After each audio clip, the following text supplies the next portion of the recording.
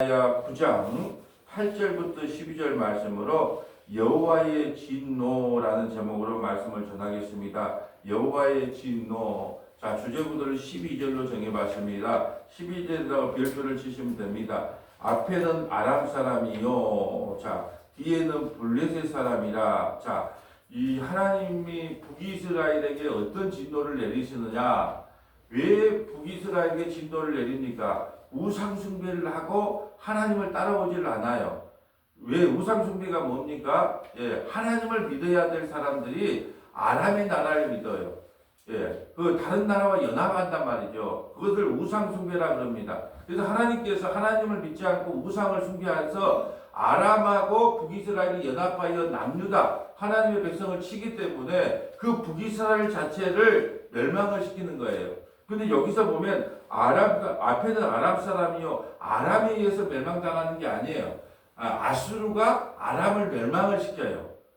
그러니까 아람 사람이라고 하는 것은 아람을 이야기하는 게 아니고 아수르를 이야기합니다. 이 아수르에 의해서 아람이 멸망을 당하거든요. 그 아수르가 누구를 공격하냐? 북이스라엘 공격해서 BC 722년에 북이스라엘이 멸망을 당해요. 남유다 13대 왕 때. 13대 왕 때 북이스라엘 19대 왕인 호세아가 마지막 왕이거든요. 그때 멸망을 하고 남유다 13대 왕 히스기야 왕 때 북이스라엘은 완전히 멸망을 당해요. 왜 멸망을 당하냐? 하나님의 진노를 당하거든요. 근데 하나님이 진노할 때 그들이 어떤 태도를 터갔냐? 그러니까 오늘 본문의 한 제목은 뭐냐? 실력이 없으면 눈치라도 있으라는 거예요. 하나님께서 사인을 보냈단 말이에요. 너희들 우상 숭배하면 망한다. 너희를 아람 의지하면 망한다. 나를 의지하고 우상 숭배하면 안 된다. 바알과 아세라 숭배하면 안 된다. 그런데 한 번도 하나님을 온전히 믿어본 적이 없는 것이 북이스라엘 족속이었단 말이죠. 그게 심판을 당하는 거예요. 오늘 심판당하는 내용인데 누구를 들어서 심판하냐? 아수르를 들어서 심판한다. 근데 아수르뿐 아니에요. 뒤에는 블레셋 사람이다. 뒤에서는 또 누구를 들어서? 블레셋 사람은 앞에는 아수르, 뒤에는 블레셋을 들어서 그들을 심판한다는 거예요. 그래도 회개하지 않아요. 왜 그랬어요? 몸과 마음이 병들었기 때문에. 오늘 찬양이 그랬잖아요. 471장 주여 이 내 병든 몸을 치료해 주세요. 이 말은 뭐예요? 나에게 사인이 왔을 때, 나에게 무너짐을 당했을 때 내가 주님께 온전히 돌아가는 은혜를 달라는 거예요. 근데 내가 못 돌아가는 것은 내가 마음과 육체가 모두 병들었기 때문에 내 스스로 돌아갈 수 없습니다. 그러므로 주여 이 병든 마음을 치료해 주세요. 이런 고백이 나와야 되는 거예요. 그렇지 않으면 우리는 주님께 못 돌아간다니까요. 얼마나 완악한지 그럼에도 안 돌아가는 거예요. 그래서 뒤에는 블레셋 사람이라 그들이 모든 입을 벌려 이스라엘을 삼키리라. 자, 그럴지라도 여호와의 진노가 돌아서지 아니하면 얼마나 그들이 하나님을 믿지 않고 우상 숭배를 했는데 그함에도 아수르에 의해서 심판을 해도 하나님의 분이 안 풀린 거예요. 그래서 하나님의 진노, 하나님의 여호와의 진노가 돌아서지 아니하며 그의 손이 여전히 펴져 있으리라. 손이 펴져 있다면 아직도 너희를 심판하고 있다는 거예요. 그렇지만 이 심판이 끝이 아니에요. 남은 자는 그래도 돌아오게 한다는 거예요. 끝까지 진노 중에서도. 그래서 오늘 주제를 12절로 정해봤습니다. 여호와의 진노. 8절 볼까요? 주께서 야곱에게 말씀을 보내시며 그들 이스라엘에게 임하게 하셨은즉. 자, 이스라엘이라고 하면 남유다 북이스라엘 전체를 말할 수도 있지만 문맥을 보면 오늘은 북이스라엘을 말하고 있어요. 왜냐하면 9절 볼까요? 모든 백성 곧 에브라임은 북이스라엘의 대표 지파예요. 야곱의 둘째 아들이거든요. 그런데 에브라임 나오면 여러분은 뭐라고 생각하면 돼요? 아, 저 북이스라엘을 말하는구나. 남유다는 당연히 유다를 이야기한 거죠. 이게 에브라임 그러면 무조건 북이스라엘. 여러분 저는요 신앙생활 그리에도 누가 가르쳐주는 사람이 없대요. 그냥 에브라임이 왜 자꾸 에브라임이 누군데? 에브라임은 한 특정인 사람을 이야기하기도 있지만 북이스라엘 전체의 대표 지파거든요. 그러니까 북이스라엘은 10개 지파가 있고 남유다는 2개 지파가 있어. 우리처럼 보면 북한과 남한이 나눠졌어요. 똑같은 하나님의 백성인데 누구 때 나눠졌어요? 솔로몬이 죽자마자 나라가 나눠진 거예요. 첫째 사울, 둘째 다윗, 셋째 솔로몬 때는 남북이 통일돼서 같은 나라였단 말이죠. 근데 이제 솔로몬의 아들 르호보암 때 나라가 나눠져. 어떻게? 북이스라엘이 10개 지파로 한 나라를 이루고, 그리고 남유다는 2개 지파, 유다와 베냐민에서 한 나라를 이루는 거예요. 그게 이제 북이스라엘과 남유다 그래요. 근데 남유다는 좀 늦게 130년 후에 멸망해요. 어디에? 바벨론에. 아무리 회개하라고 돌아와도 남유다도 똑같아. 근데 남유다에 선한 왕들이 몇 명씩 나타났기 때문에 하나님 130년까지 유예를 시켜줘. 그래서 북이스라엘은 BC 722년에 아수르에 의해 멸망하지만 바벨론은 BC 586년에 바벨론에 의해서 멸망을 한단 말이에요. 130년간 유예 기간을 줘도 회개하고 돌아오더라 안 돌아오더라 안 돌아와요. 그래서 바벨론 70년 포로로 들어가는 거예요. 그래서 여기서 나는 에브라임 나오면 여러분은 북이스라엘을 멸망시키겠다는 거구나 라고 알아먹으면 되는 거예요. 자, 그래서 모든 백성국 에브라임과 사마리아 주민, 사마리아는 북이스라엘의 수도거든요. 우리나라 수도 어디예요? 서울. 예, 제2의 수도는 부산. 예, 그러니까 저 여기서 사마리아는 북이스라엘의 수도가 멸망하겠구나. 예, 이 말을 하신 거예요. 사마리아 주민이 알 것이거늘 그들이 교만하고 완악한 마음으로 말하기를. 교만하고 완악해. 그러니까 아무리 돌아오라고 말을 해도 교만하기 때문에, 완악한 마음 때문에, 몸과 마음이 병들었기 때문에 스스로 돌아올 수 없다는 거예요. 이게 하나님께서 징계를 한단 말이죠. 하나님이 징계를 하고 사인을 해. 그럼 어떻게 해요? 하나님 잘못했습니다 하고 돌아오면 되는데 절대 안 돌아와요. 그러면서 그들이 하는 행동이 뭐냐? 하나님이 심판을 해도 어떻게 말하냐? 10절. 벽돌이 무너졌으나 우리는 다듬은 돌로 쌓고. 무슨 말이겠죠? 전쟁이라도 황폐하게 됐어요. 그러면 하나님이 아무리 나를 징계해 보세요. 나는 더 단단한 돌로 내 마음판을 갖다가 시멘트로 내가 마음판을 막고 절대 하나님 말씀 듣지 않겠습니다는 말이에요. 이게 하나님을 대적하는 말이에요. 하나님이 아무리 나한테 사인 보내보세요. 내가 그걸 한다. 오히려 뭐라고? 벽돌이 무너졌으나, 하나님의 징계로 벽돌이 무너졌으나 우리는 다듬은 돌로, 더 단단한 돌로 그냥 앞에다가 그냥 보도볼독을 치더라고 그냥 시멘트를 앞에다 깔더라도 나는 끝까지 하나님 말씀에 한번 대적해 보겠습니다. 얼마나 큰 교만인지 몰라요. 그래도 뭐냐? 뽕나무들이 찢어지다. 전쟁에서 뽕나무들이 찢어지면 어디에? 가장 좋은 백향목으로 그들을 대신하죠. 백향목으로 대신하니까. 대단히 뽕나무 없어도 백향목 나무로 갖고 다시 내가 앞에다가 다시 방어막을 맞고 하나님 앞에 대적해 보겠다는 거예요. 이게 교만입니다. 하나님이 사인을 하면 무조건 물을 거고 잘못했습니다 그러면 하나님이 그게 지나갑니다. 자식들 키워보면 알잖아요. 큰아들 둘째 아들이 있어요. 뭘 똑같이 잘못하면 큰아들 때리면 큰아들은 내가 뭘 잘못했어요. 그러면 하면 어떻게 바지개짝 대고 이빨이 맞습니다. 근데 둘째 아들은 엄마 잘못했어요, 아버지 잘못했어요. 그러면요 때리다가도 그냥 잘못했다 그러면 내일 똑같은 죄를 질 줄 알아도 안 때린단 말이죠. 그러니까 실력이 없으면 눈치라도 있어야 돼요. 하나님이 사인을 하면 무조건 무릎을 꿇는 거예요. 두말할 것도 없어요. 하나님 잘못했습니다 그러면 그래놓고 내일 또 죄를 질까요 안 질까요? 내일 베드로의 부인이 설교인데요. 절대 나는 예수님 절대가 부인 안 합니다. 근데 3번이나 저주 맹세하면 부인했단 말이죠. 자, 그래놓고 이제 회개하고 철이 들었어요. 그러면 또 회개하고 철들 베드로 부인했을까요? 안 했을까요? 또 합니다. 어느 때 합니까? 갈라디아서 2장에 보면 안디옥에서 복음을 전하는데 이방인들과 함께 밥을 먹고 있어요. 그런데 갑자기 예루살렘에서 사람이 내려오니까 안 먹은 쫙 하고 쫙 멀리 나 이방인하고 밥 안 먹는다. 십자가에서 지금 이방인과 유대인이 하나가 됐는데도 불구하고 예루살렘에서 누가 내려오니까 말 안 들으려고 욕하는 거라고 안 먹은 쫙 했단 말이에요. 누구도 바나바도 같이. 근데 바울이 가만히 있던 인간이 또 그걸 보고 사람 바울은 베드로보다 늦게 부름을 받았어요. 근데 바울 베드로를 보고 그냥 베드로 당신이 그렇게 하면 십자가의 은혜가 다 망각돼요. 이방인과 유대인이 이게 하나가 되는데 왜 안 먹은 척하냐? 똑같이 부인했어요. 그러니까 그것을 베드로는 날마다 부인하나 저와 여러분은 날마다 예수님을 부인하나 우리의 구원은 예수님이 부인하지 않기 때문에 우리의 구원이 확정적이다 이 말이에요. 그러니까 이 교만이라는 것이 이렇게 무서운 거예요. 사인을 하면 안 하겠어. 잘못했어요. 그 말 한마디면 끝난다는 거예요. 다시는 안 그럴게요. 그걸 믿는다 안 믿는다. 하나님은 우리가 그렇게 말하면 믿을까요 안 믿을까요? 하나님인데 다시는 내가 주의를 안 뺏고 이번 일 문제가 해결되면 내가 주일성도 잘하고 11조 잘하고 목사님 말씀 잘 듣고 예배 안 빠지게 다시는 내가 정말로 목사님 말씀 거역 안 하겠습니다. 그 문제 해결됐어. 어찌 될까요? 약속 지킨다 안 지킨다? 안 지킬 줄 하나님 알아요. 왜요? 하나님 우리를 안 믿어요. 그래도 그 말을 하면 뭐라 그러냐? 그냥 알아서 그 문제 해결해 줄게. 그런 일 여러분 없어요? 이 문제만 해결해야 되지 뭐. 어제 병이 나왔어. 이 병만 해결해주면 하나님 나 예수 잘 믿겠습니다. 그랬단 말이에요. 자, 병 낫게 해줬어. 그리고 그 약속한 대로 하셨어요?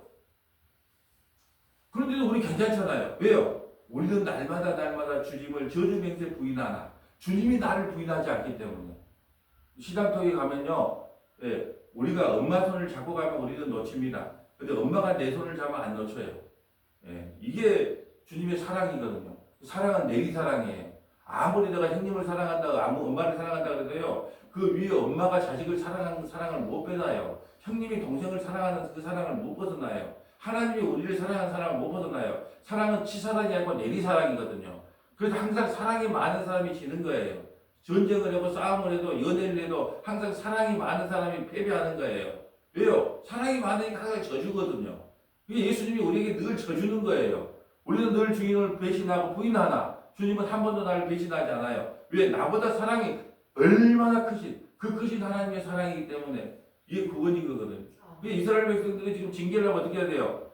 아니 해봐! 한번 해봐! 누가 있는가 해봐! 이게 아니라 하나님 잘못했습니다 그러면 하나님께서 돌이켜줬을 건데 오히려 악한 마음을 가지고 완악한 마음 벽돌이 무너졌으면 우리는 다듬는 돌로 쌓고 뽕나무가 지쳤으나 우리는 백항목으로 그를 대신하자. 이게 교만이에요. 두 군데만 찾아볼까요? 에레미야 2장 13절 에레미야 2장 13절 예, 고린도후서 10장 4절부터 6절 고린도후서 10장 4절부터 6절 일단 두 군데 좀 찾아보고 갑시다. 에레미야 2장 13절 가볼까요? 에레미야 2장 13절 하나님께서 두 가지 악을 우리에게 말씀하셨어요. 어떤 게 가장 악한 마음인가? 에레미야 2장 13절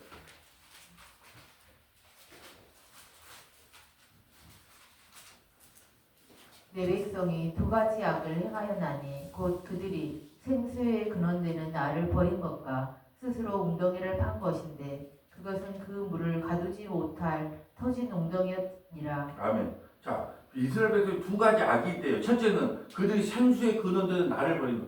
예수님을 버린 거예요. 하나님을 버린 거예요. 가나안 땅까지 하나님께서 인도했잖아요. 그러면 하나님 바라보고 하나님 의지하고 살면 돼요. 근데 어떻게 하냐? 그들이 하나님의 생수 대신 하나님을 버린 거예요. 그리고 두 번째는 스스로 웅덩이를 파요. 가나안 땅은요 천수단 농사를 지어요. 물이 오면 바로 흡수를 해버려요. 그렇기 때문에 하나님을 의지하고 하나님 오늘 이른비 주세요. 그래야지 농사를 짓지요. 늦은 비 주세요. 그래야 과일의 결실을 맺지요. 이제 이른비와 느린비를 기다리면서 사는 것이 하나님 나라 백성이거든요. 근데 저수지를 만들어버리네. 저수지를 만들고 이제 하나님도 필요 없어. 우리도 나일강처럼 저수지 만들어갖고 물을 고아가지고 물 없으면 그거 갖다 쓸 거야. 나 하나님 필요 없어. 이게 악인 거예요. 그래서 제가 말씀드렸잖아요. 옛날에는 번개가 치면요. 혹시 내가 하나님께 잘못한 거 있다가 회개했단 말이에요. 지금은 이제 피레침을 달아버려요. 그러니까 번개가 쳐도 하나님께 회개 안 해요. 그런단 말이에요. 옛날에는요. 병이 들면 어떻게 해요. 하나님밖에 구할 데가 없어서 20-30년 전만 그랬다니까요. 그러니까 하나님 앞에서 막 기도하는 거예요. 시어머니한테 구박받고 남편한테 얻어터지면 30년, 40년 전에 우리 어머니들 와서 기도할 수밖에 없어요. 왜? 의지할 데가 없고 병원도 못 가니까. 그럴 때 하나님께 매달린다. 요즘은요. 하나님 뭐 필요해? 돈이면 다 해결되지. 네. 돈이면 우리 95%의 우리 인생의 문제가 해결된답니다. 근데 5%는 해결이 안 돼요. 그건 무슨 문제일까요? 삶과 죽음의 문제예요. 영원한 생명의 문제거든요. 돈이 있으면 95%는 그냥 우리나라에 해결 못할 일이 아무것도 없어요. 어떤 죄를 지어도요, 돈 많은 건요, 앵간하면 해결 다 봅니다. 합의 보면 되거든요. 근데 5%는 해결이 안 되는데, 그 5%는 뭐예요? 영생의 문제거든요. 그러니까 이 이스라엘 백성들이 두 가지 악이 뭐냐? 하나님 자체를 버린 거예요. 그리고 늦은 비, 이른 비를 기다리면서 하나님을 바라봐야 되는데, 저수지를 파놓고, 나는 나는 연금이 있으니까 걱정 없어. 나는 돈이 있으니까 걱정 없어. 나는 자식이 있으니까 걱정이 없어. 나는 이렇게 큰 집이 있으니까 노후 대책 다 해놨어. 그것이 악이라는 거예요. 그래서 하나님께서 네가 믿고 의지하는 거 내가 다 부숴버리겠다는 거예요. 그것이 악이기 때문에. 자, 또 고린도후서 10장 5, 4절 가볼까요? 우리가 몇 번 좀 찾아봅니다. 하도 우리가 안 깨지니까 찾아보는 건데 하나님께서는 뭐가 교만이냐 뭐가 악이냐. 야, 4장 고린도 4장 6절 갖고 우리가 얼마나 마음판이 고린도후서 10장 4절 우리 마음판이 얼마나 단단한지 아까 그래요. 벽돌을 더 좋은 벽돌, 더 좋은 나무로 내가 하나님과 끝까지 대적해 보겠다는 거예요. 근데 하나님은 그걸 깨내는 거예요. 10장 4절 볼까요?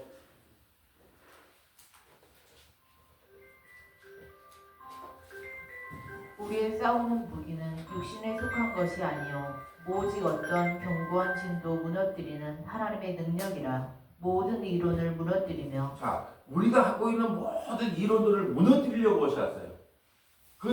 제일 큰 이론이 뭐예요? 착하게 살면 복 받고 나쁘게 살면 심판받는다. 선악체계. 우리가 하나님께 구원을 받으려면 무슨 구원받을 짓을 해야 된다. 이 모든 이론들, 우리가 지금까지 머릿속에 갖고 있는 이론들을 하나님이 이렇게 하면 복을 준다더라. 근데 기도원 가면 이론이 있어요. 뭐니 이론? 내가 저 나무 밑, 저 소나무 밑에서 하나님께 은혜를 받았었는데 누가 옆에 내 소나무에 누가 기도를 하고 있어. 엄청 꼬라지가 나는 거예요. 왜? 내가 그것에 은혜 받아야 되는데. 그 이론이거든요. 근데 하나님께서는 이 땅에 오셔서 우리가 생각하는 그 이론들을 깨내는 거예요. 근데 교만하기 때문에 안 깨져. 완악하기 때문에 안 깨져. 우리가 갖고 있는 이론들을 깨져요. 근데 그걸 순전히 받아들인다 아니면 아각거린다. 아각거려요. 나는 그것만은 인정 못합니다. 성경도 읽을 때 뭐냐 그러면은 이건 이해 안 되니까 나는 못 믿겠습니다. 요건 이해되니까 좀 믿어주겠습니다. 마치 성경도 자기가 이해되는 건 믿고 이해 안 되는 건 안 믿어. 이게 이론이거든요. 하나님이 기록한 말씀이 전지전능하신 하나님을 믿사옵니다 하고 만날 사도신경 갈 때 오늘 뭐라 그랬어요? 나는 전지전능하신 하나님을 믿사오며 그분이 천지를 창조하신 분을 믿습니다. 성경 고백은 만날 아침마다 저녁마다 끝나면서 그런 고백을 하면서 막상 믿으라는 게 안 믿어. 그건 안 믿어지는데요. 이론을 깨는 거예요. 이론을. 자, 5절 볼까요? 하나님 아는 것을 대적하여 높아진 것을 다 무너뜨리고 모든 생각을 사로잡아 그리스도에게 복종하게 하니. 아멘. 자, 여러분 하나님을 아는 것을 대적하여 지금 북이스라엘을 이야기하는 거예요. 대적하여 높아진 것을 다 무너뜨리며 모든 생각을 사로잡아 그리스도께 복종하게 하는. 그러니까 그리스도께 북이스라엘이 복종을 했으면 되는데 복종을 안 해. 그러니까 누구예요? 아수르에 의해서 심판을 당해요. 여러분 아수르가 쳐들어왔을 때 그냥 왔을 거예요? 항복하라 그랬겠어요? 그냥? 얼마나 많은 사람들이 죽었겠어요? 왜 우리가 엔간하면 북한에다가 돈도 주고 좀 이렇게 좀 도와주면서 왜 전쟁을 안 하려고 그럽니까? 전쟁을 하면 서로가 죽기 때문에 그러잖아요. 아수르가 북이스라엘에 쳐들어왔어요. 그러면 어린아이들, 여자들 얼마나 생태 같은 목숨들이 많이 잃었겠어요. 근데 하나님께서 그 진노를 멈추지 않는다니까요. 왜? 그렇게 돼도 사람은 안 돌아와. 그래서 다음 주 화요일 날 설교가 뭐냐? 회개 불가능. 아무리 해도 안 돼, 인간은. 그래서 어떻게 하냐? 네가 회개하는 것보다 내가 십자가에 죽는 게 빠르겠다 그래서 예수님이 십자가에 죽는 거예요. 아무리 인간 보고 돌아와서 회개하라 그래도 우리 스스로 회개가 안 된다니까요. 그래 주님께서 직접 이 땅에 오셔서 십자가에서 죽어버려요. 네 회개를 기다리는 것보다 내가 그 회개를 안고 그냥 십자가에 죽는 게 빠르다고. 그래서 6절 볼까요? 너희의 복종이 온전하게 될 때에 모든 복종하지 않는 것을 벌하려고 준비하는 중에 있노라. 아멘. 우리가 하나님께 복종 안 하면요. 복종하지 않는 순간까지 복종할 때까지 하나님께서 진노를 내린다는 거예요. 그래서 여러분 우리 신앙생활 하면 천부에 의지 없어서 내가 믿었던 게 하나씩 벗겨집니다. 내가 믿고 의지했던 거 하나씩 다 벗겨져요. 그럴 때 우리는 이제 하늘밖에 안 보이는 거거든요. 그러니까 하나님의 진노가 임했다는 것은 네가 다른 걸 믿고 있으면 나는 널 너무 사랑하기 때문에 나 외에 다른 걸 보는 것을 나는 용납할 수 없다는 거예요. 그러니까 반드시 심판한다는 거예요. 네가 쌓고 있는 탑, 네가 갖고 있는 이론들, 네가 갖고 있는 생각들을 나는 하나씩 다 도륙낸다는 거예요. 그리고 반드시 어떻게 하겠다? 네가 나만 바라보게 할 거야. 그래서 하나님은요, 이스라엘 백성들이 애굽을 의지하잖아요. 애굽에서 나왔기 때문에 애굽이 친정이란 말이에요. 친정을 무너뜨려요. 왜요? 자꾸 친정 애굽으로 돌아가려고 하니까. 나중에는 아수르가 힘이 좋은 거거든요. 근데 또 다시 하나님 백성들이 아수르에 다시 의지하려고 그러는데 아수르를 멸망시켜요. 누구에 의해서? 바벨론을 통하여 아수르를 멸망시킵니다. 그러니까 또 이제 바벨론 힘이 좋은 것 같으니까 바벨론을 의지하려고 하니까 하나님 또 바벨론을 멸망시켜요. 그런데 누구에 의해서 바벨론이 멸망됩니까? 알렉산더 페르시아 때문에 페르시아 왕 때 멸망을 시킵니다. 그럼 페르시아 왕, 페르시아 정말 대단한 나라. 지금 이란이에요, 이란. 페르시아가 이란. 대단한 나라거든요. 그러니까 이제 또 페르시아를 의지하려고 그러네? 그러니까 하나님께서 누구를 들어서? 그리스 알렉산더 대왕을 들어서 페르시아 왕을 또 무너뜨려요. 이게 지금 인류의 성경에 나와 있는 역사예요. 근데 그 역사가 그대로 이루어진 거예요. 이루어졌잖아요. 페르시아는 그리스 알렉산더 대왕에 의해서 멸망당합니다. 근데 알렉산더 대왕이 32살, 30살 너무 빨리 죽어요. 예. 그래서 이제 알렉산더 대왕이 죽자마자 로마가 일어나요. 로마가 일어나서 그리스를 멸망시켜요. 그 로마 시대 때 누가 옵니까? 예수님이 오시는 거예요. 예수님이 오셔서 그 십자가를 통하여 전 세계를 지배합니다. 힘으로 지배한 게 아니라 십자가를 통하여 자기 백성을 구원하는 거예요.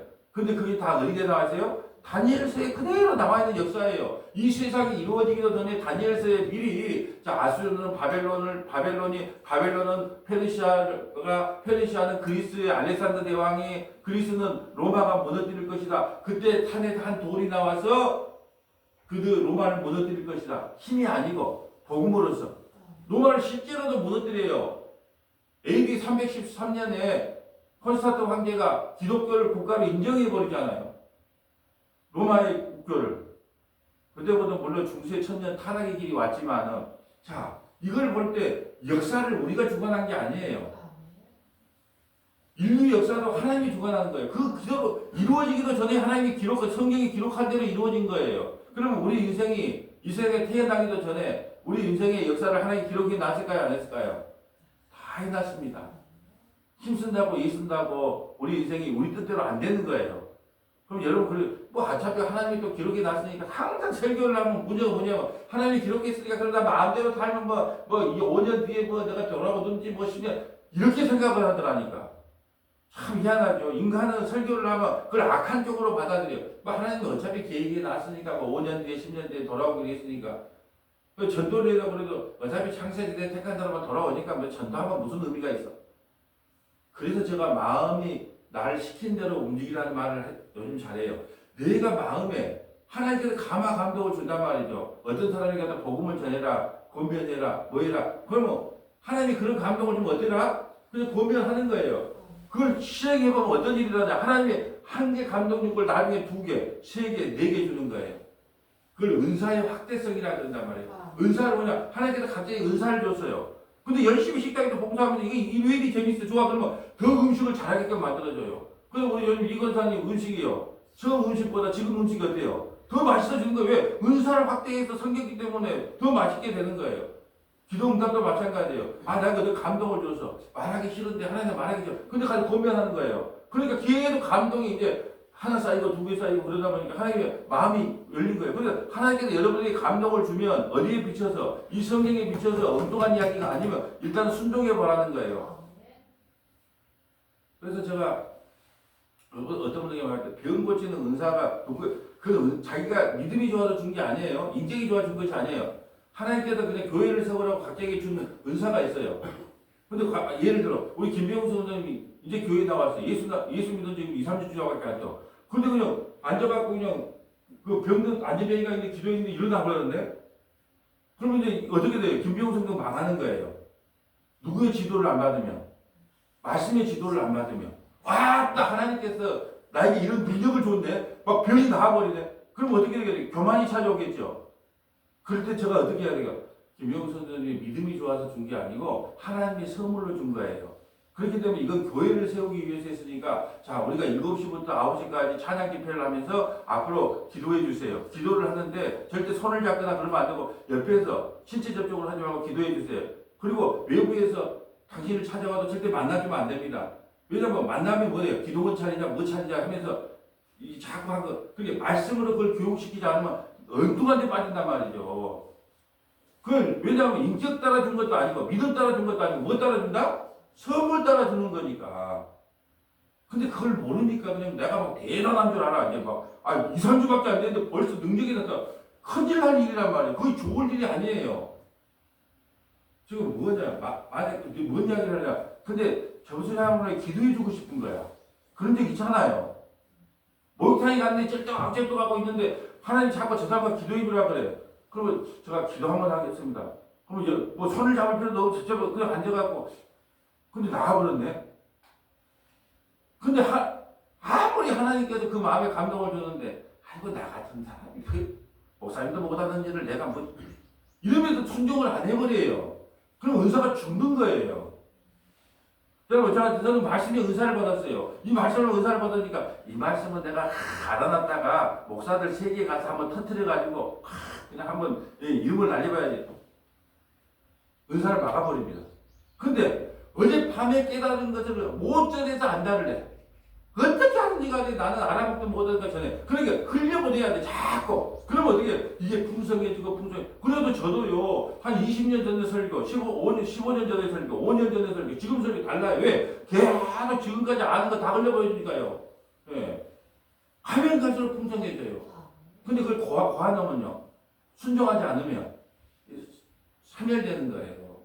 그러니까 이 감동이 오면 성경에 비춰서 감동이 오면 그 사람의 인격적으로 그 사람을 대우하되 반드시 실행을 해야 되는 거예요. 순종을 하면 어떻게 일어나냐? 하나님께서 그걸 더 풍성하게 만들어준다니까요. 그럼 항상 뭐래라? 말씀 안으로 들어와야 돼요. 그 말은 뭐냐? 그래서 성령의 9가지 열매 중에 마지막이 절제잖아요. 우리 스스로 절제가 안 돼. 누가 막 자꾸 높여주면 당신 이번에 가면 시원 돼. 그럼 시원하기 싫은데 자꾸 옆에다 말해주면 자기가 진짜 시원 될 줄 알고 나간다니까요. 인간이 이래요.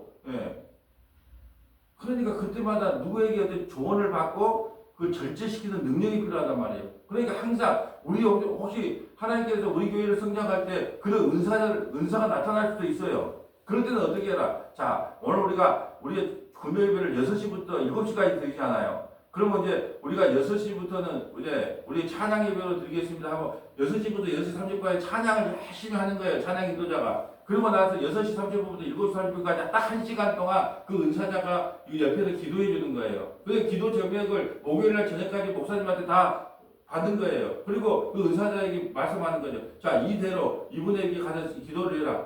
대신에 외부에서 절대 하면 안 된다. 철저하게 교육 시스템으로 그렇게 하면 은사 받은 사람도 더 풍성해져도 좋고 교회도 더 아름답게 세워지는데 대부분의 목사들 그러면 자기보다 능력이 많다고 그 사람한테 인기가 쏠릴까 봐 갑자기 안수집사님한테 그런 능력이 나타나면 나를 안 보고 전부 이쪽 기도하라고 한다는 거 아니에요. 그럴까봐 그걸 거부해. 그건 아니다. 마귀 역사할 수 있다. 이렇게 막아버리는 거예요. 그게 아니다. 하나님께서 각자에게 믿음 따라주는 것도 아니고 성격 따라주는 것도 아니고 인품 따라주는 것도 아니고 은사대로 교회를 세우라고 줬다가 그걸 세워줘야 된단 말이에요. 그럼 1시간 동안 딱 그거 하면 얼마나 좋겠어요. 제가 뭔 이야기를 하냐. 하나님께서 어떤 여러분에게 감동을 줄 때는 거부하지 말라는 거예요. 그러면 하나님께서 더 큰 은혜를 세워주시는데 결국은 우리가 완악하기 때문에 마음이 안 하기 때문에 나 같은 사람이 겸손하게 보이죠.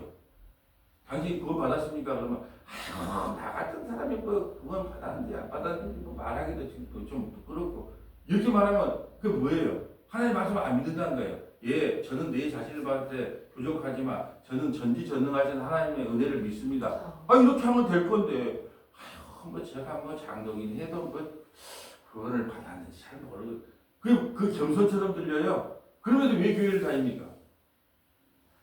우리 김병성도 2, 3대 됐지만 누가 물어보면 부모님 확신이 있습니까? 그러면 나는 뭐 꼬라서니까 이렇긴 해도 나는 하나님께서 전지전능하시고 예수님이 나 사랑하는 게 믿으니까 나 구원받는 거 맞습니다. 그렇게 하면 돼요.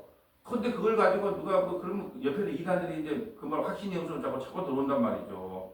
자, 이게 교만이에요. 11절 볼까요? 그러므로 여호와께서 느신을 대적을 일으켜 느신의 대적들을 일으켜 느신은 아람을 말한 거예요. 느신은 아람입니다. 아람의 대적을 일으켜 그를 치게 하죠. 그게 아람을 친 사람이 누구라 그랬어요? 아수르. 이제 아수르를 쳐서 누구를 심판한다? 북이스라엘을 심판할 것이요. 자, 이렇게 그를 치게 하시면 그들의 원수를 격동시키리라. 앞에서는 아람 사람이요. 아람이 공격한 게 아니에요.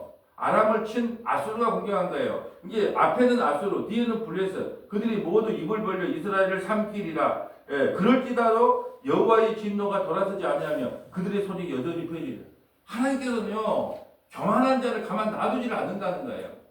이제 하나님께서 무너뜨리고 파괴시킬 때 그때 아멘으로 받아들인 사람이 있는가 하면 끝까지 해보자는 사람이 있다는 거예요. 그걸 성경을 통해서 찾아볼 거예요. 끝까지 하나님을 대적하는 자와 하나님께서 우리의 이론과 사상을 무너뜨릴 때 회개하고 돌아오는 자 어떻게 구별이 되는지 좀 적어볼까요? 창세기 11장 1절부터 9절, 창세기 11장 1절부터 9절, 창세기 12장 1절부터 3절, 창세기 12장 1절부터 3절, 여호수아 6장 25절부터 26절, 여호수아 6장 25절부터 26절, 자 왕상 16장 29절부터 34절, 왕상 16장 29절부터 34절, 아모스 9장 8절부터 12절, 아모스 9장 8절부터 12절, 에레미야 1장 9절부터 10절, 에레미야 1장 9절부터 10절, 요한복음 10장 17절부터 18절, 요한복음 10장 17절부터 18절, 에베소서 2장 4절부터 7절, 에베소서 2장 4절부터 7절, 계시록 18장 1절부터 4절, 계시록 18장 1절부터 4절. 지금 오늘 이 말씀을 찾아보면 하나님께서 교만을 얼마나 미워하는지, 그 심판 가운데도 돌아오지 않는 사람이 있고 그 심판 가운데도 돌아오는 사람이 있다는 거예요. 창세기 11장 1절부터 가볼까요? 자, 창세기 11장은 바벨탑 사건이죠. 예, 홍수 이후로 하나님께서 흩어지라 그랬단 말이죠. 왜요? 오염만 넘은 인간은 죄를 져요. 그러니까 흩어버려요. 근데 안 흩어지려고 하나님을 대적하고 탑을 쌓아요. 이 교만이 어디까지 가는가 볼까요? 창세기 11장 1절.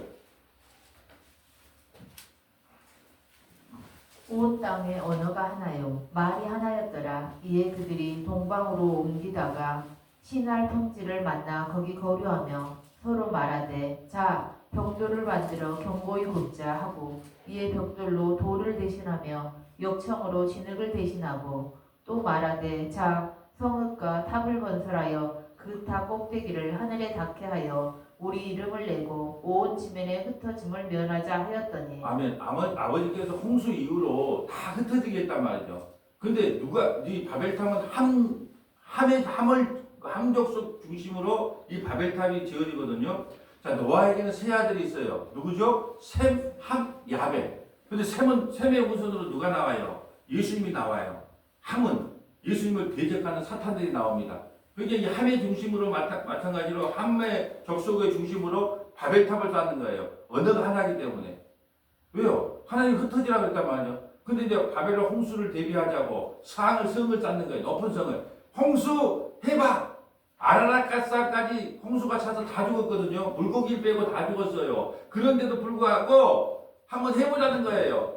한번 해보자 하나님. 그러면 탑을 쌓는 거예요. 언어가 하나니까. 이게 언어를 바꿔버려요. 우리가 지금 왜 영어 배운다고, 왜 히브리 헬라어 배운다고 이렇게 고생을 합니까? 이때 사건 때문에 그래요. 근데 이제 야 벽돌 올려, 그렇게 시멘트를 올려. 야 삽줘, 거기 꼭대기를 줘. 이건 뭐 탑을 쌓을 수가 없어. 왜? 말이 다 혼잡하게 있으니까. 한번 계속 읽어주세요. 여호와께서 사람들이 건설하는 그 성읍과 탑을 보려고 내려오셨더라. 여호와께서 이르시되 이 무리가 한 족속이요 언어도 하나이므로 이같이 시작하였으니 이후로는 그 하고자 하는 일을 막을 수 없으리로다. 자 우리가 내려가서 거기서 그들의 언어를 혼잡하게 하여 그들이 서로 알아듣지 못하게 하자 하시고 여호와께서 거기서 그들을 온 지면에 흩으셨으므로 그들이 그 도시를 건설하기를 그쳤더라. 그러므로 그 이름을 바벨이라 하니 이는 여호와께서 거기서 온 땅의 언어를 혼잡하게 하셨음이니라. 여호와께서 거기서 그들을 온 지면에 흩으셨더라. 아멘. 인간이 이렇습니다. 하나님 흩어지라 그러면 흩어져야 되는데 하나님께 대적하는 거예요. 오늘 북이스라엘처럼 한번 해봅시다. 난 더 좋은 벽돌로, 더 좋은 나물로 내가 진을 치고 한번 싸워볼랍니다. 하나님과. 이런 모습이 바벨탑이에요. 근데 이걸 바벨탑을 누구 중심으로? 함족속 중심으로. 근데 10절에 셈의 족속은 나오죠. 셈의 족속. 셈의 족속으로 누가 나온다? 예수님이 오셔요. 그 셈의 족속으로 누구를 부르시냐? 12장 1절 볼까요? 1절부터 3절. 여호와께서 아브라함에게 이르시되 너는 너의 고향과 친척과 아버지의 집을 떠나 내가 내게 보여줄 땅으로 가라. 자, 지금 갈대아 우르에 살고 있는, 바벨론에 살고 있는 그 아브람. 예, 하나님이 떠나라 그랬단 말이죠. 근데 여러분, 고대 사회에서 친척을 떠났다, 고향을 떠나면 죽음을 상징해요. 그럼에도 불구하고 하나님이 알지도 못한 신이 나타나서 고향과 친척을 떠나라고 떠나는 거예요. 그러니까 끝까지 하나님을 대적하는 11장에 바벨탑을 쌓는 인간들이 있는가 하면 12장에 고향을 떠나라.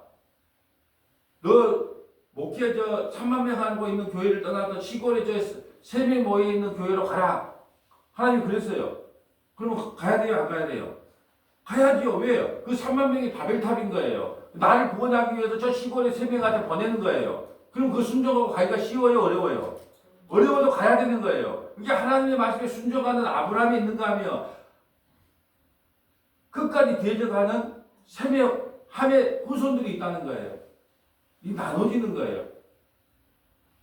자, 여호수아로 가볼까요? 다 볼 수 있는 여호수아 6장 25절. 자, 여호수아 6장 25절. 여호수아 6장 25절.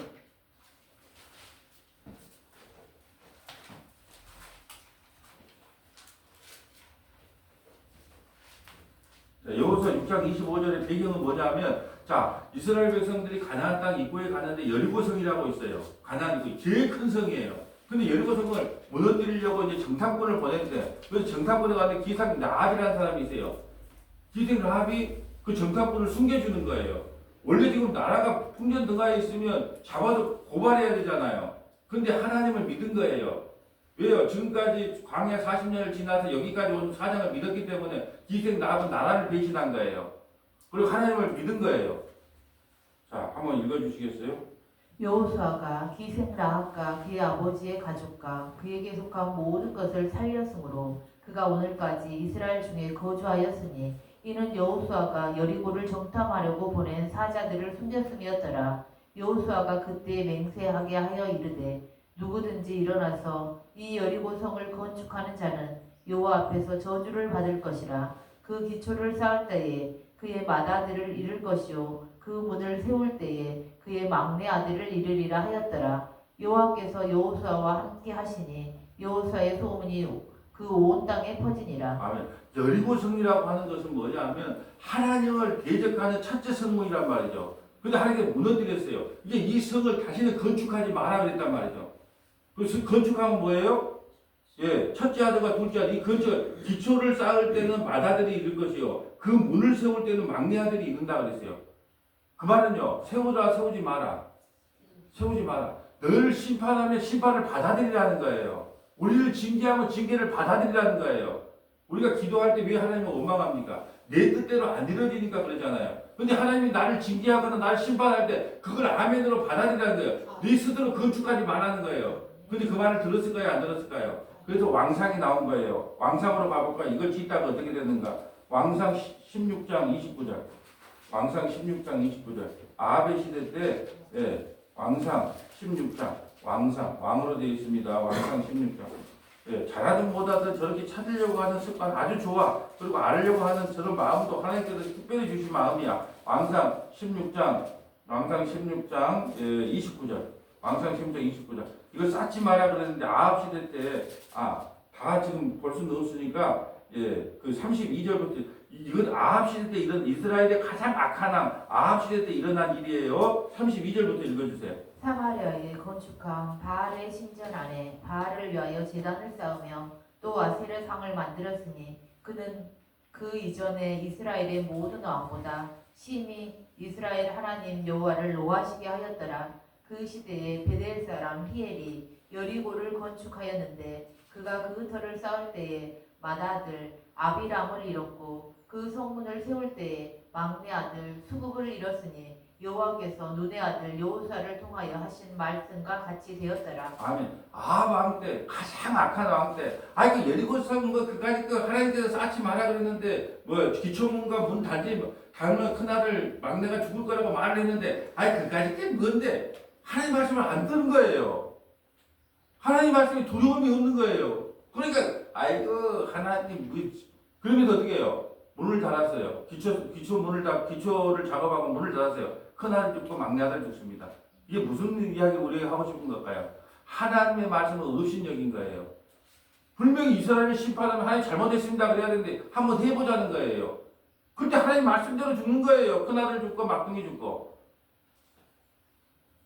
아모스 9장 8절 가볼까요? 아모스 9장 8절.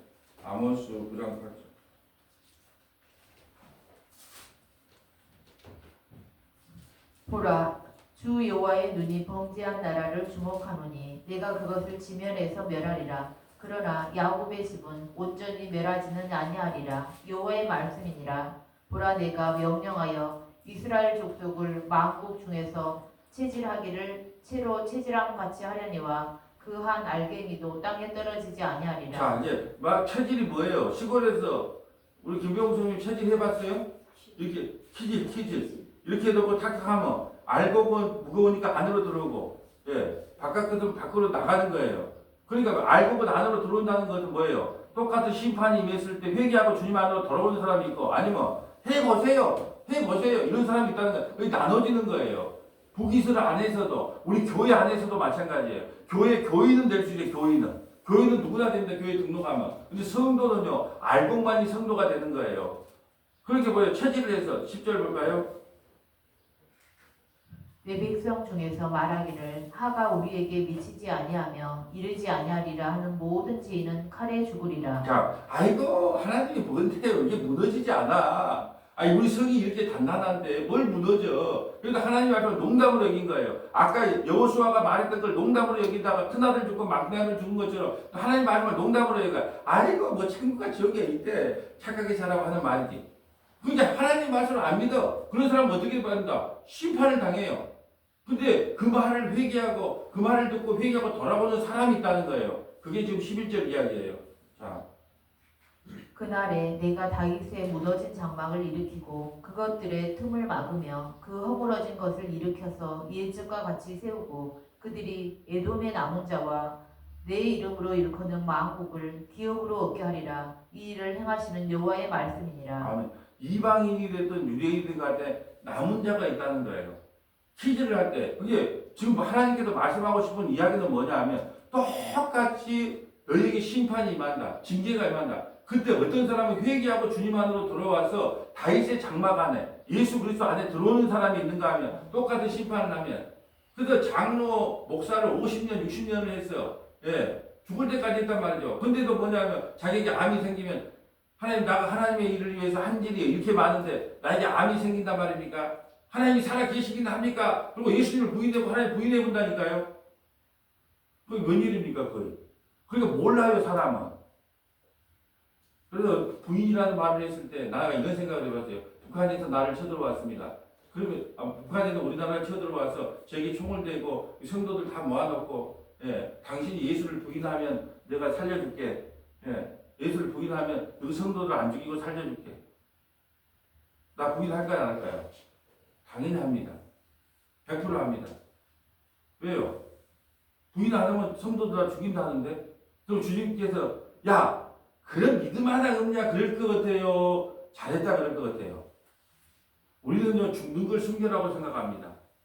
얼마나 우리가 순교에 목말라 있는지 그걸 순교라고 생각. 네 입으로 부인했다고 베드로 안 보이냐? 성경을 잘 좀 읽어봐라. 베드로는 입으로 3번 부인해도야 내 제자가 되어서 복음을 전했어. 네 입으로 예수를 모른다고 부인한다고 내가 너를 부인하지 않는데 그게 부인이 되겠느냐 이놈아. 네 거짓과 악의 때문에 너희 성도들 다 죽었어야 실망할 거예요. 그 정도로 우리는 복음이 뭔지 하나님의 뜻이 뭔지를 잘 몰라요. 그저 그냥 나는 우리 다 죽읍시다 이곳에서 부인하지 말고 그것이 순교고 하나님의 뜻인 줄 알아요. 지금 하나님이 우리에게 어떤 심판을 했을 때 우리가 2가지 질이 일어나요. 하나님 맞습니다. 나는 마땅히 심판받아 맞습니다. 회개하고 돌아와서 다윗의 장막에 영원히 거두는 사람이 있는가 하면 끝까지 회개하지 않고 내가 뭘 잘못했는데 이런 사람이 있다는 거예요. 지금 여러분은 어디에 속해 있습니까? 라는 것을 하나님 저와 여러분이 묻는 겁니다. 자, 예레미야 1장 9절 가볼까요?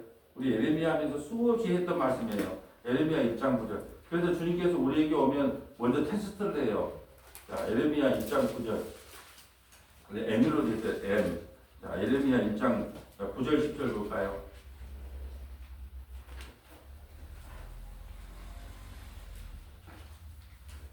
여호와께서 그의 손을 내밀어 내 입에 대시며 여호와께서 내게 이르시되 보라 내가 내 말을 내 입에 두었노라. 보라 내가 오늘 너를 여러 나라와 여러 왕국 위에 세워 내가 그것들을 뽑고 파괴하고 파멸하며 넘어뜨리며 건설하고 심게 하였느니라 하시니라. 아멘. 하나님께서 에레미야에게 이렇게 말합니다. 네 말에 어떤 능력이 있는 줄 아냐? 가면은 우리가 갖고 있는 이론들, 사상들을 먼저 뽑고 파괴하고 파멸하고 넘어뜨려요. 그럼 목사님 감사합니다 그럴까요? 나는 그거 인정 못합니다 하고 대들까요? 그 에레미야가 얼마나 고난받았는지 몰라요. 축복의 메시지를 전한 적이 없거든요. 그게 우리를 먼저 주님이 우리를 찾아오면 뽑고 파괴하고 옛날의 습관들, 옛날에 믿고 있는 잘못된 신앙관들, 잘못된 신앙 체계들, 사상들, 그리고 전부 뽑고 파괴하고 파멸하고 넘어뜨려. 내가 이 일을 먼저 한다니까요. 그러고 나서 어때요? 네 알아서 해라 그래요. 건설하고 심으십니까? 건설하고 심는 거예요. 그게 먼저 예수 믿으면 뽑아지는데. 그래서 내가 우리 김병웅 성도님 복 받았다는 이야기를 왜 여기서 하는 거예요? 뽑을 거 없어.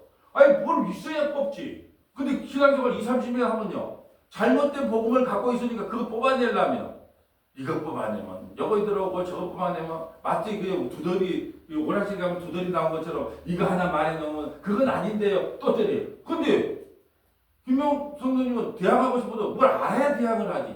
나중에 이제 알고 대항할 줄은 모르잖아. 지금 그러니까 때릴 것이 뭐 없어. 그러니까 있는 그대로를 받아들여. 근데요. 뽑고 파괴하고 무너뜨리면 어떻게 하냐. 반드시 대항을 해요. 완전히 반항을 합니다. 나는 그거 인정 못해요. 아이 그건 아닌 것 같은데요. 그런데요. 아이고. 그렇게 뽑고 파괴하고 무너뜨리기 얼마나 힘든지 몰라요. 반드시 이런 현장이 일어나야 돼요. 그래야지 다시 심어지고 건설된단 말이죠. 근데 우리는 이 고통을 견뎌내지를 못해. 요한복음 10장 17절 갈까요? 그래서 예수님이 못 견뎌내니까 어떻게 하냐? 예수님이 그냥 일단 10장 17절 내가 뽑히는 게 낫겠다. 요한복음 10장 17절 그것이 이 말이에요. 내가 뽑히는 게 낫겠다. 내가 차라리 내 목숨을 바치는 게 낫겠다. 요한복음 10장 17절 내가 내 목숨을 버리는 것은 그것을 내가 다시 얻기 위함이니 이로 말미암아 아버지께서 나를 사랑하시느니라. 이를 내게서 빼앗는 자가 있는 것이 아니라 내가 스스로 버리노라. 나는 버릴 권세도 있고 다시 얻을 권세도 있으니 이 계명은 내 아버지에게서 받았노라 하시니라. 아멘.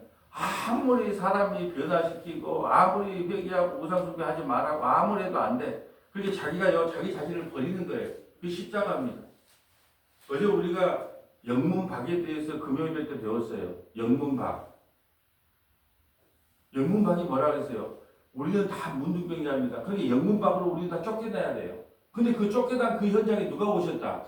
예수님이 영문박에 어린 양이 되셔서 우리를 안고 십자가에 죽었단 말이죠.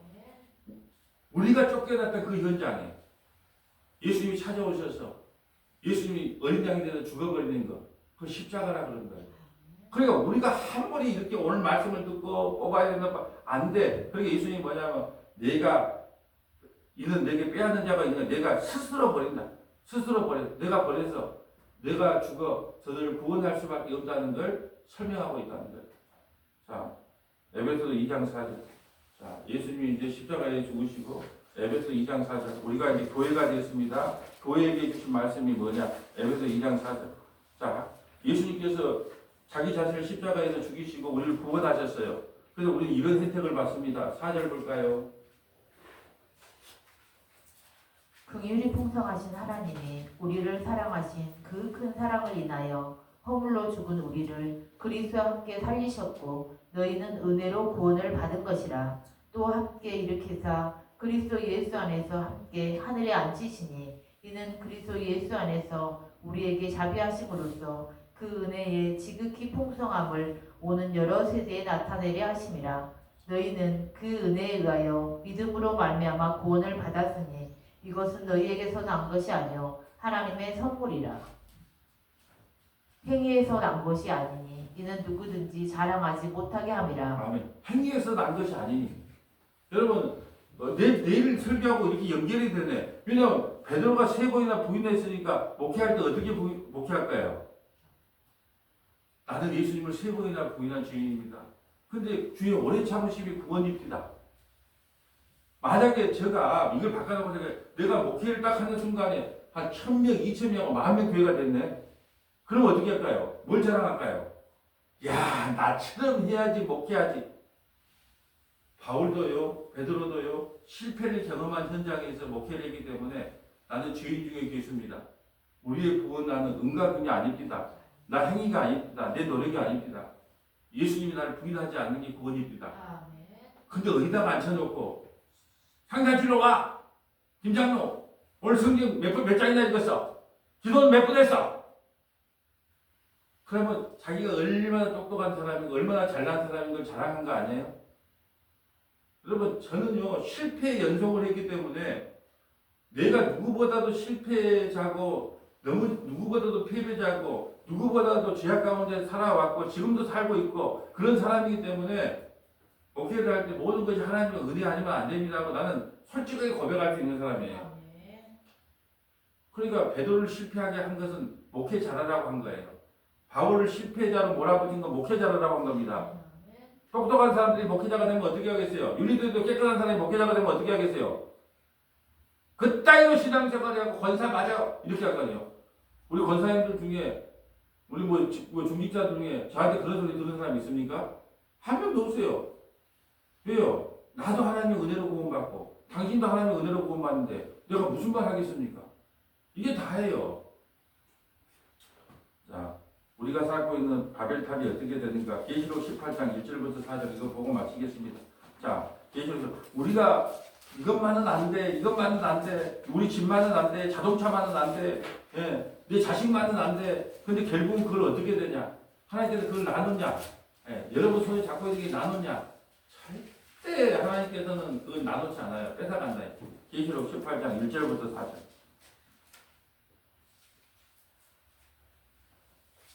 이후에 다른 천사가 하늘에서 내려오는 것을 보니 큰 권세를 가졌는데 그의 영광으로 땅이 하나여지더라.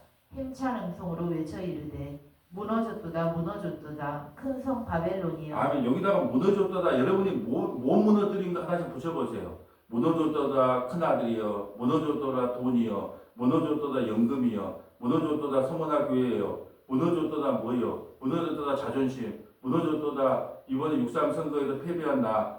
잘 한 번씩 넣어보세요. 무너졌도다 큰 성 바벨론이요. 이 바벨론이 어떤 곳이에요? 사기적인 곳이에요? 귀신의 처소와 각종 더러운 영이 모인 곳과 각종 더럽고 가증한 세력이 모인 곳이다. 그 음행의 진노의 포도주로 말미암아 만국이 무너졌으면 또 땅의 왕들이 그와 더불어 음행하며 땅의 왕들이 전부 다 음행하였다. 세상에 취해 살아난 거예요. 땅의 상인들도 돈 많이 벌잖아요. 상인들도 그 사치의 세력을 치워요. 오늘은 룸사롱, 내일은 단란주점, 내일은 영화, 뭐 내일은 골프, 전부 복이 그 세상에 취해 살아가는 거예요. 그때 우리는 누구의 음성을 들어야 되냐? 하늘의 음성을 들어야 된다는 거예요. 4절 합독합니다. 또 내가 들으니 하늘로부터 다른 음성이 나한테 이르되 내 백성아 거기서 나와 그들의 죄에 참여하지 말고 그가 받을 재앙들을 받지 말라. 아멘. 여러분 말씀을 정리합니다. 하나님의 진노, 하나님의 심판은 우리에게 임해요. 그럴 때 우리가 어떻게 받아야 되냐는 거예요. 하나님 한번 해봅시다. 끝까지 해봅시다. 누가 인가 해봅시다. 누가 잘난가 해봅시다. 하가 아니라 하나님 나는 이 징계를 받아 마땅할 죄인입니다. 그렇지만 하나님 나에게 은혜 베풀어 주셔서 이거 한번 조금 눈 감아 주시면 안 될까요? 예, 조금 용서해 주시면 안 될까요? 그리고 하나님께 돌아오면 하나님께서 여러분의 죄를 묻지도 따지지도 않아요. 그게 바로 겸손이라 그럽니다. 여러분 교만한 자는 패망합니다. 그러나 겸손한 자는 주 앞에 무릎 꿇는 자는 하나님께서 모든 죄를 용서하시고 우리를 안아주십니다. 겸손한 자가 되시기를 주님의 이름으로 소망합니다. 거룩하시고 자비로우신 아버지 감사합니다. 우리는 늘 하나님께서 사인을 해도 그 말을 듣지 않으려고 합니다. 우리 뜻으로 그걸 또 핑계 삼고 변명 삼으려고 합니다. 그렇지만 말씀을 통하여 하나님께서 어떠한 사인을 보내면 우리는 하나님께 무릎을 꿇고 하나님 살려주세요, 도와주세요 라는 고백으로 그 정말로 고난과 환난이 찾아올 때마다 하나님께 도움을 구할 때 하나님께서 반드시 징계보다는 사랑으로 우리를 감싸주시는 하나님을 믿고 고백합니다. 아버지 하나님 어떤 환경 가운데에서도 하나님 앞에 겸손의 삶을 살아갈 수 있는 은혜를 우리 모두에게 베풀어 주시옵소서. 우리 구주 예수님 이름으로 기도합니다. 아멘.